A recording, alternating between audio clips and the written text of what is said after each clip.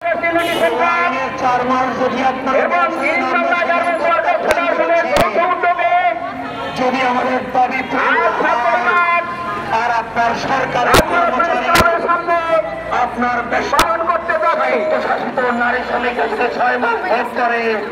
তাহলে নারী শ্রমিকদের মাতৃত্বকালীন ছুটি আন্দোলন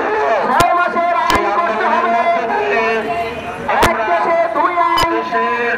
আমরা মানি না, শ্রমিকের মানব না করে সেখানে প্রাথমিক এবং অপ্রাথমিক খাত সকল সেক্টরে অনুরোধ করব মাতৃত্বকালীন শ্রমিকদের এবং ছুটি 6 মাসের আইন অবিলম্বে